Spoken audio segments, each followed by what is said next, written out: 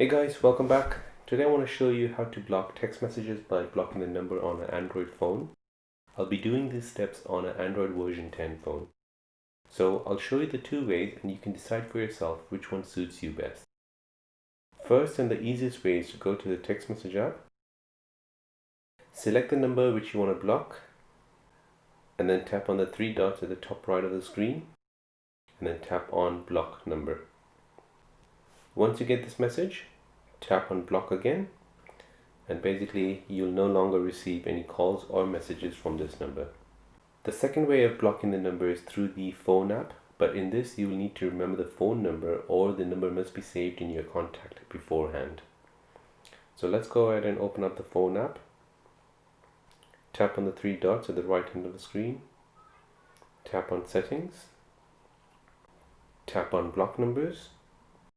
So on this page where it says add phone number, add in the phone number which you want to block.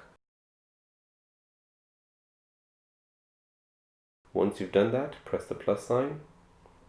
That will be basically added to the block list. Another way of adding this is pressing the contact button there and basically finding a number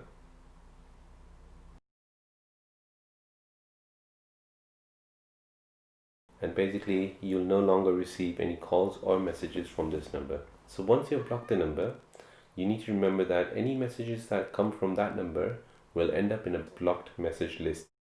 And if that number tries to call you, it will play the voicemail stating the caller is on another line. So I'll quickly show you where exactly this blocked message list is. Tap on your messages. Tap on the three dots at the top right. Tap on settings. And where it says blocked numbers and messages, tap on that. Where it says blocked messages, tap on that. And here you can see the messages from the blocked number. So these are the two ways you can block a number from messaging you. Hope you guys have enjoyed it. Please subscribe to this channel and I'll see you in the next one.